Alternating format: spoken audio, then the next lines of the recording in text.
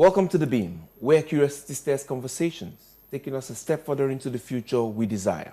Here we bring you the issues that matter, the voices that challenge, and the insights that inspire. I'm Soonest Nathaniel. What if I told you that there is a detention facility in Nigeria where people are allegedly held without trial, forced into labor and subjected to abuse? Yes, this is not a rumor. This is a report. A new investigation by Amnesty International Nigeria has raised serious questions about a facility in Owerri, known as the Tiger Base. There are allegations of prolonged detention, coercive interrogations, torture, extortion. And even if a fraction of this is true, then this is not just about misconduct. It's about whether the rule of law still holds. Today, we're going to be asking those hard questions. About 2 weeks ago, on this program, we spoke with Omoyele Sowore on the curious case of Nnamdi Eme, a whistleblower arrested after exposing an alleged organ harvesting scheme linked to the police operations in Anambra. Here's what some of you had to say. From Instagram, Blue J Design said, "I have always said this. The problem of Nigeria is the judiciary. A country where police do not respect court orders. What do you do?"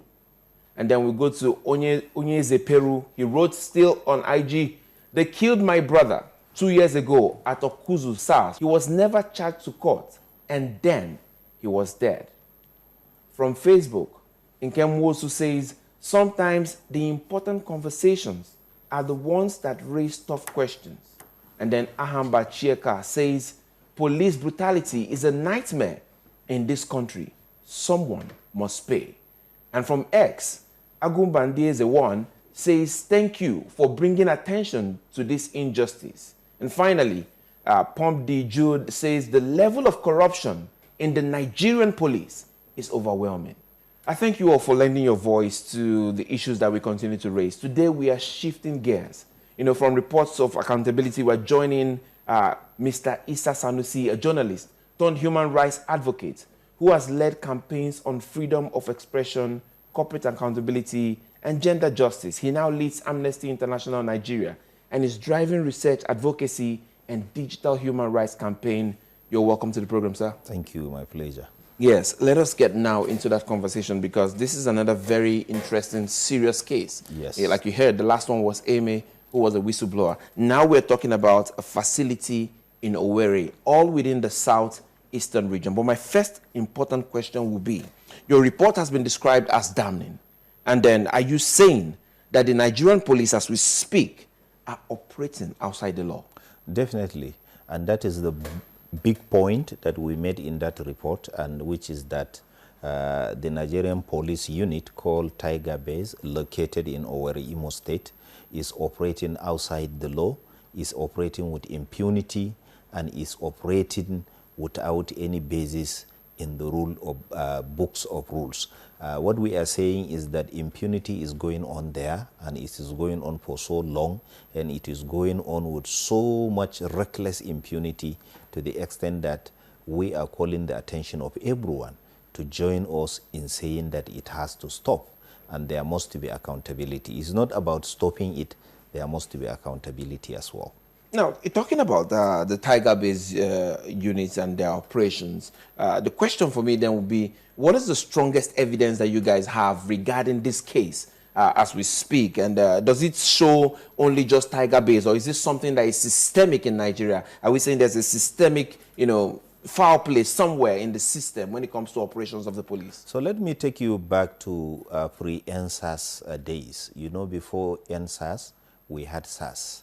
SAS also started like Tiger Base. SAS was established to deal with crimes, to deal with robbery, and to deal with other crimes, that are afflicting urban areas and cities. Now, gradually, SAS became a toxic unit of the police. It became a menace. It became a problem. It became an issue that everyone was talking about. They go on killing people in Owerri, in Lagos, in Ogun State, in Abuja, everywhere. So it started from somewhere, and that is how Tiger Base is going.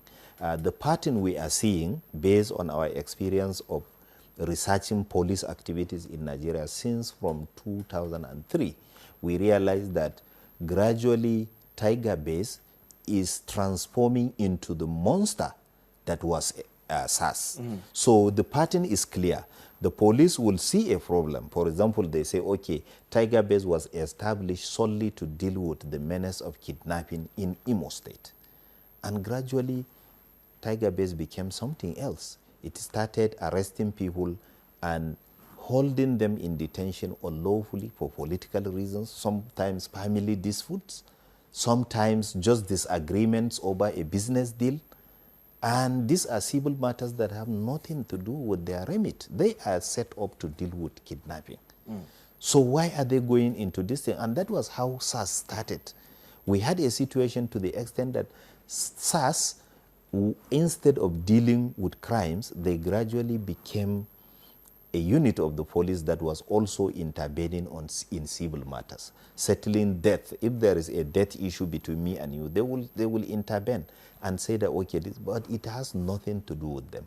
So what we realize is that the police in Nigeria has been using this pattern. When they see a problem, they establish this unit, they give it this responsibility, and gradually that unit will become a monster.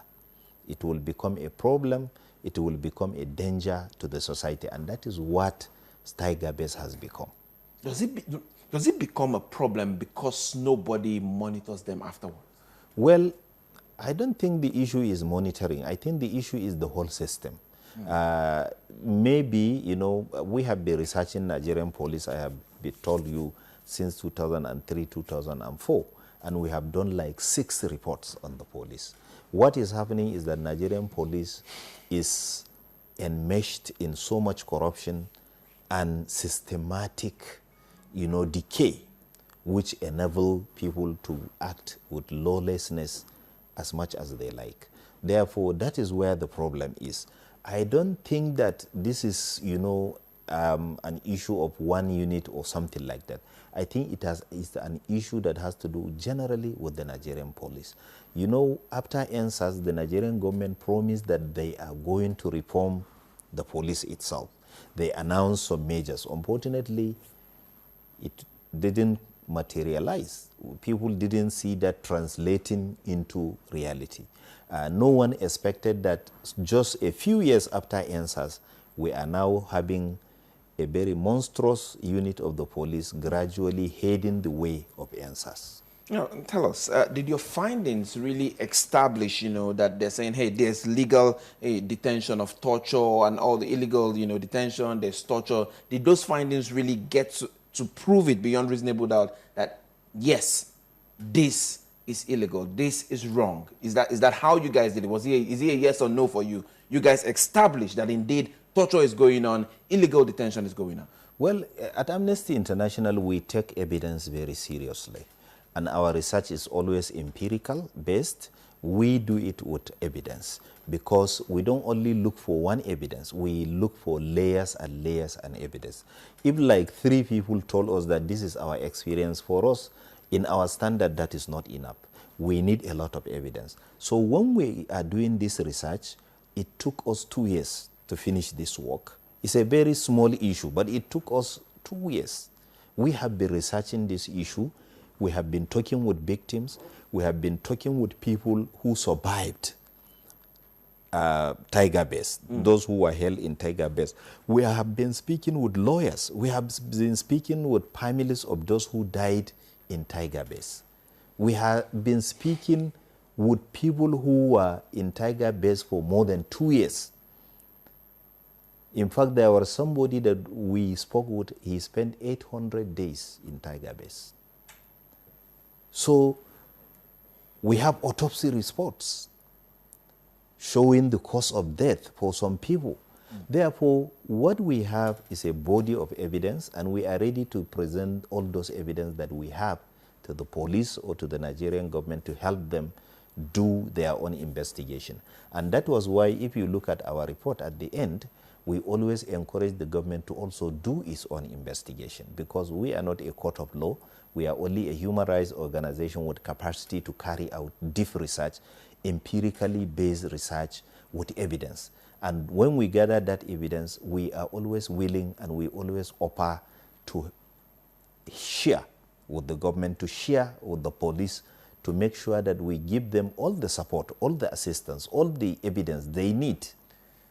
In fact, we can even give them much more than that because the evidence we have is overwhelming. We can give them, and we are ready to give them if they are going to carry out appropriate investigation to make sure that all those involved in Tiger Base Owerri, all those officers found to have violated human rights are brought to justice. Not just to transfer them from Imo State to Borno State or from Imo State to Sokoto. No, that is not what we are to, because that's what the police always do. Not to do that. We want to make sure that there is justice. All those who participated in those tortures, extortions of millions of naira from victims, they must be brought to justice. That is the only way. What is the most disturbing testimony that you encountered within this investigation? Well, one of the most disturbing one that we discovered was that, some young people, reported about somebody, and that person was arrested. And that person, after that person was arrested and brought to Tiger Base, and that person died in Tiger Base. And later on, the police went and arrested those who reported that guy and also held them in detention and extorted their families for as much as they could. There was a woman we spoke with. She has been held in Tiger Base, and she fell ill in detention. And they said that, well, she needs this treatment, and they brought somebody to treat her. And after they, I think it's malaria or something. After they finished the treatment, they then told her family that they have to pay 500,000 naira. For some, maybe probably 30,000 or something. So the police also turned even the sickness of victims into a mechanism for extortion. Victims in their custody. Exactly. And there were women who were held in Tiger Base, and that is the most devastating of all. And they were separated from their children. There was no documentation, and some of them up to now, they have not been reunited with their children. There was no accountability. Where are those children? Are these the same women that they used for forced labor? Yes, yes. They are constructing maybe an extension. In fact, one woman said that they turned her into a chef. She was cooking food for 200 people every day. And those women were also, maybe they were building an extension or something in the building. And those women were turned into laborers. They spent the whole day carrying stone on their bare heads, and they have been doing that without any rest for the whole week. And no payment, no anything. They were just turned into slaves. A lot of atrocities are happening in Tiger Base.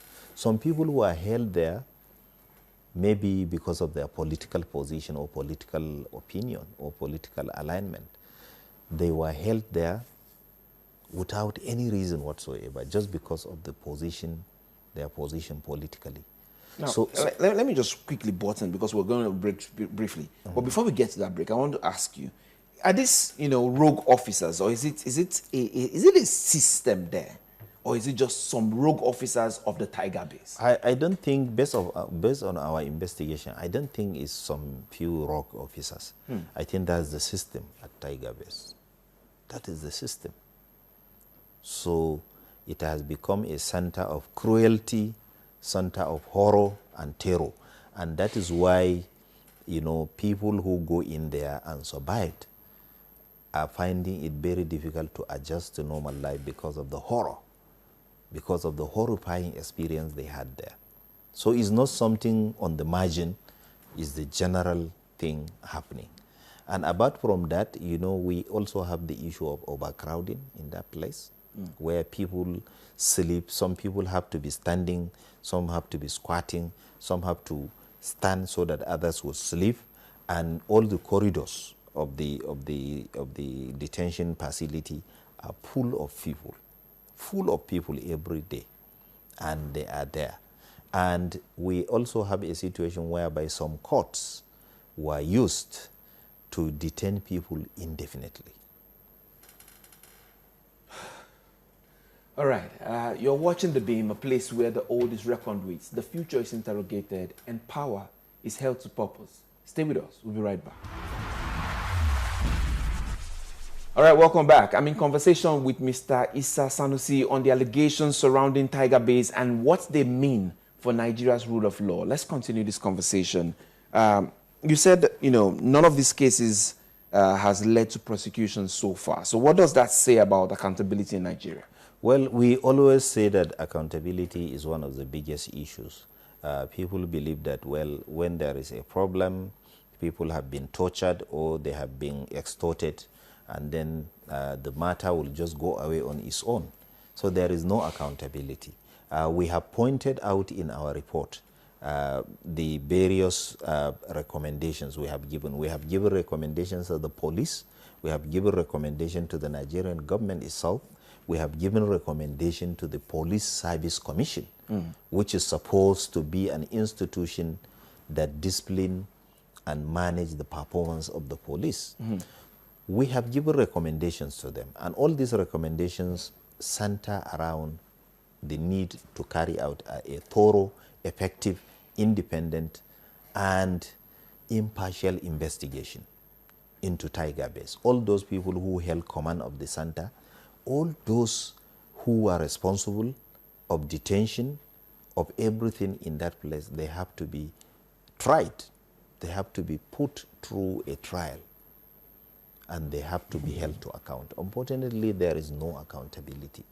And as I told you earlier before we started the interview, the police has approached us to discuss this, but I don't want to be pessimistic, but we will go and listen to them, and we will provide them with the details.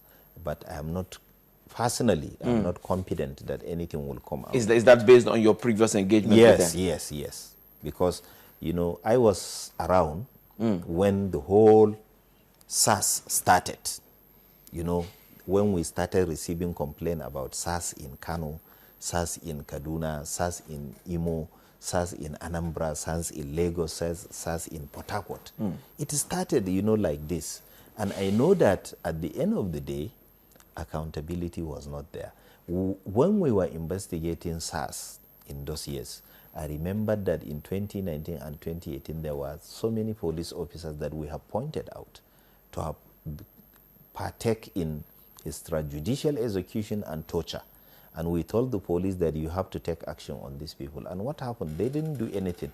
The next thing they did was to transfer them from southern Nigeria to the extreme end of northern Nigeria. That was their accountability. In their own kind of mentality, that is what accountability should look like. It means no justice for the victim, no justice for the families of the survivor and the victim, and impunity will continue. So, you've been covering this for years, so I'm sure certain things are not shocking anymore. But one thing I need to ask is, the guys who have been tortured, the victims of Tiger Base, are they willing to come forward? Yes, they are. They are. In fact, if you look at our report, you realize that we only use illustrations. Yes. I can tell you that we have real pictures. We have real pictures. People with scars. Exactly. We have voices, we have pictures. It is just that, because of the way Nigeria is, we have to protect these people. We can't put survivors and their families at risk.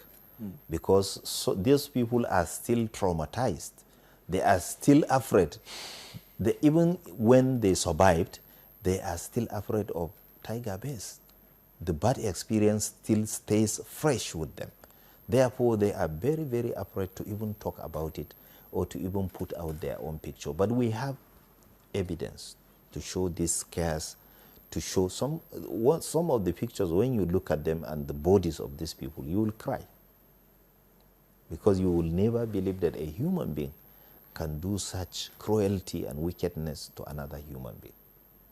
So looking at what you are saying right now, and let's go to the courts, because one of the places where these guys are supposed to end up in are in the courts. But like we were saying, sometimes it takes and it lingers too long. Exactly. So where does this leave both the victims and the cause in which you are pushing? Again, at what point does, justice delayed become justice denied? Well, we always suggest an investigation. And, investigation, according to international standards, it has some, guidelines or parameters that you have to meet, conditions that you have to meet for you to carry out an investigation and say that this is an investigation. The investigation has to be independent, it has to be public, open. You remember there were some sittings about NSAS in Lagos. They were televised. It has to be resourceful. It means it can do forensic examination of evidence. It has adequate protection for those who want to testify. And it has adequate protection for victims to appear without the fear of reprisal after they have given their testimony. And there must be timely release of the report to the public to say, okay, this is what we have found out. These so-so police officers will be charged to court for torture.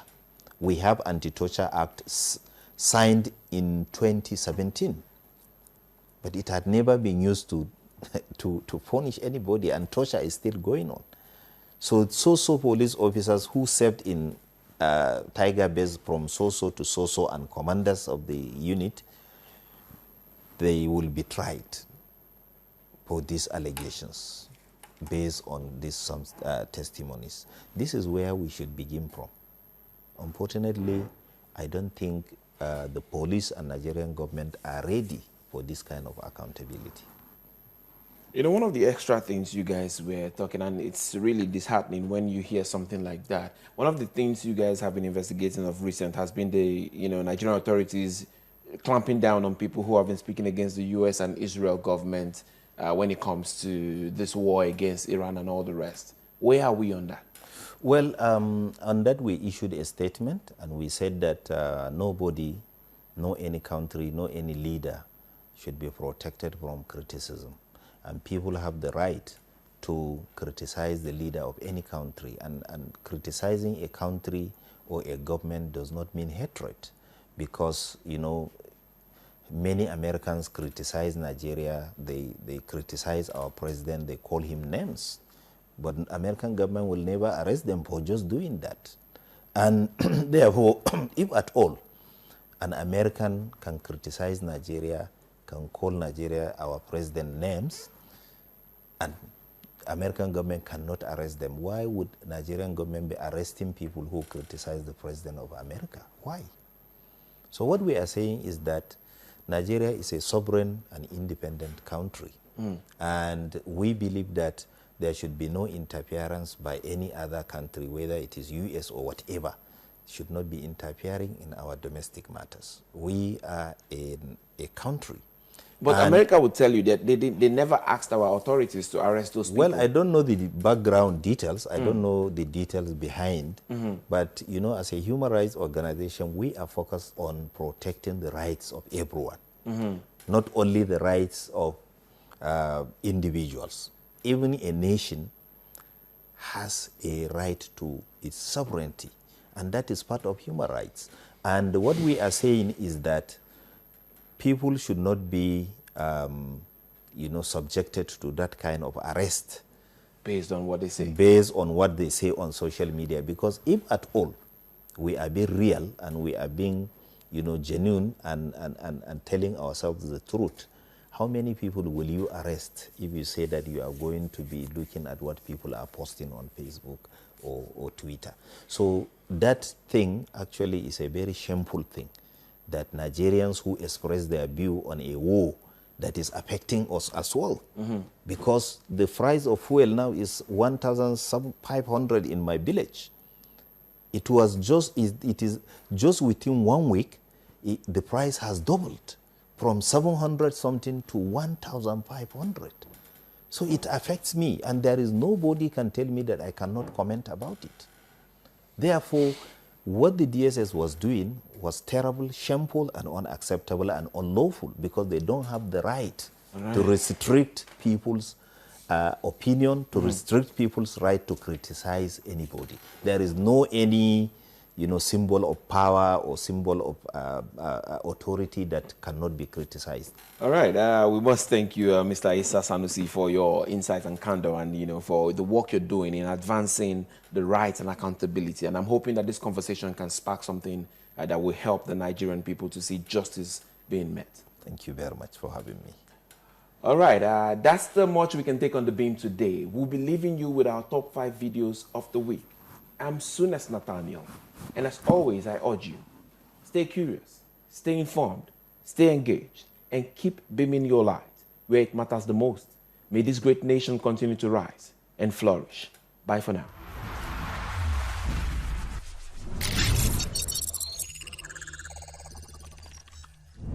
This week, we begin our countdown with a clip in which Nigerian journalist and businessman Dele Momodu predict that if Atiku contests with Peter Obi or Amechi, then Tinubu will be gone by 2027. If we have a combination of Atiku, maybe with Peter Obi, maybe with Rotimi Amechi, maybe with any other person that comes from the south, Tinubu will be gone. In 4th place, Omoyele Sowore speaks on why he cannot join the opposition coalition. Coming 3rd on our list, President Tinubu urges the media not to bombard him alone, urging newsmen to hold local governments and state governments accountable. In 2nd place, actor turned politician Kenneth Okonkwo says Tinubu should have cancelled UK visit, adding that the president is incapable of solving security problems. It's about telling the world that you prefer to respect the blood of your martyrs to riding on their blood and dancing on their graves in the United Kingdom. That red carpet there is the blood of the martyrs that Tinubu is treading upon. He should have cancelled it. At the top spot this week, popular skit maker known as Governor Amunike speaks on the threats he has been getting over his political skits. So it's not something you can just tell me. The worst you could do is put me somewhere I won't speak. That's it, as long as I'm alive. My father spoke the truth till he was gone. That's it on our countdown today. Join us next week for more.